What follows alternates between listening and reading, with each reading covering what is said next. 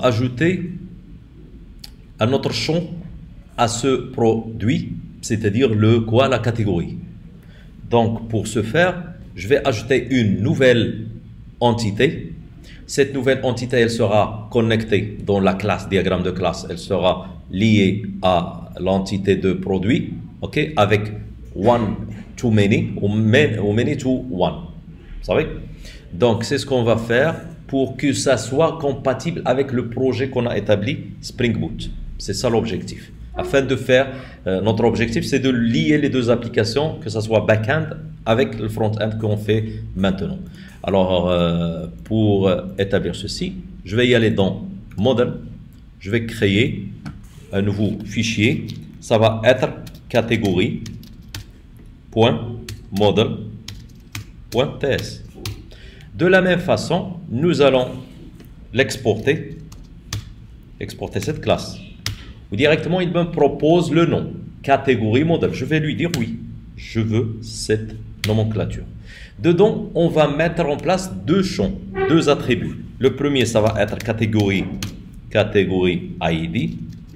Il est de type number. Le deuxième, c'est catégorie name. Il est de type string. Comme l'autre fois, on doit faire quoi? On doit les rendre indéfinis, c'est-à-dire undefined. Ça y est? Nous voulons ajouter ce champ-là dans le produit. Nous allons dans le produit et je vais y ajouter ici un champ que je vais le nommer catégorie. Il est de type, de quel type? Il est de type catégorie model. C'est ainsi, il va prendre les deux champs dedans. Alors, il est undefined aussi. Puis après, qu'est-ce qu'on va faire? Je veux afficher ici la catégorie.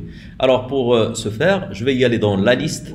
Donc, la liste, products list, c'est ici. Et on va dans dans le TS. Non, c'est pas ça. Nous allons y aller dans le service.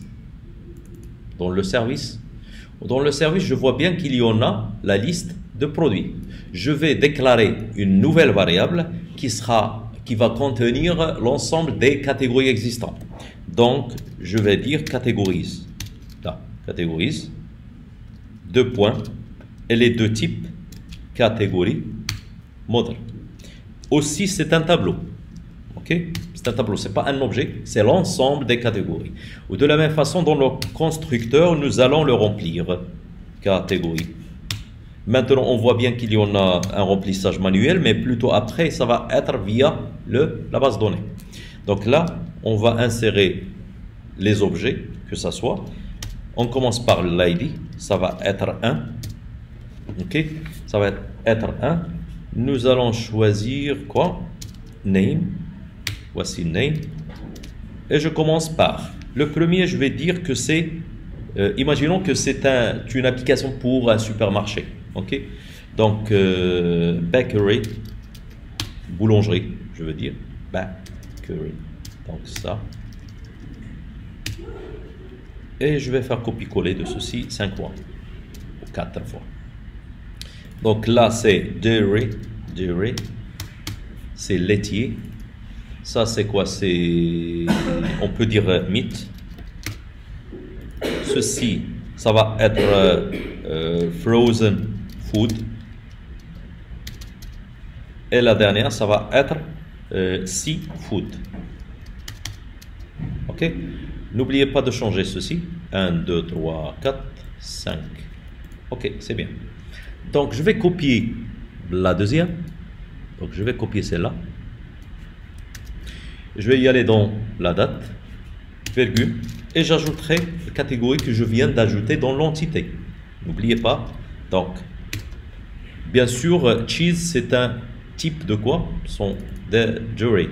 Donc, je vais l'ajouter ici aussi. Donc, là. Et au lieu de tout ça, je vais prendre copie de tout ça. Ok, je vais le faire. Le copier dans les deux. Alors ici, ça va être bakery. Ici. Ou le numéro, ça va être le 1. J'ai fini. Ok, ce qui reste, c'est quoi? C'est le fait de les afficher dans le tableau. Alors, pour les afficher, je vais y aller dans le tableau, le Products List, dans le HTML, ici. On va faire copier, on va copier ceci. Après la date, je vais l'établir. Disons que c'est catégorie, mais je vais afficher le nom plutôt. Ok? Regardez ce qu'il a fait comme changement. Ou là, ça va être juste le nom de la colonne. Catégorie. Et je vais voir si ça marche. Ça marche bien? Donc, c'est ça.